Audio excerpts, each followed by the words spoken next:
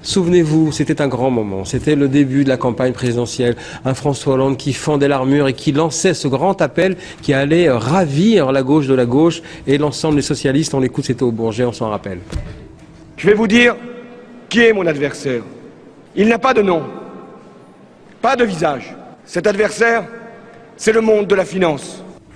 Pourquoi vous voulez revenir là-dessus, Mickaël? Tout simplement parce qu'en fait, en cherchant bien, ils ont trouvé des noms, ils ont trouvé des visages, mais ils ont surtout aussi décidé que c'était pas un adversaire. Puisque vous prenez Monsieur Stéphane Macron, qui est secrétaire général adjoint de l'Élysée, aux côtés de Pierre-René Lemas, donc numéro 3 de l'Élysée, qui voit donc à peu près tous les jours François Hollande en croisant au moins dans son bureau et en faisant des réunions avec lui. Eh bien, c'est un des plus jeunes, brillants banquiers issus de la banque Rothschild. Voilà, de ce fameux visage, ce fameux monde de la finance, n'est-ce pas, qui n'a pas de visage et pas de nom. Ça c'est encore pour l'Élysée, on se dit, bon, encore, mais alors encore plus savoureux, on va aux côtés d'Arnaud Montebourg. On regarde comment il a composé son équipe, Arnaud Montebourg, qui lui aussi a été le grand pourfendeur de la finance, n'est-ce pas, et qui allait, son directeur de cabinet s'appelle Stéphane Israël, et il vient d'où?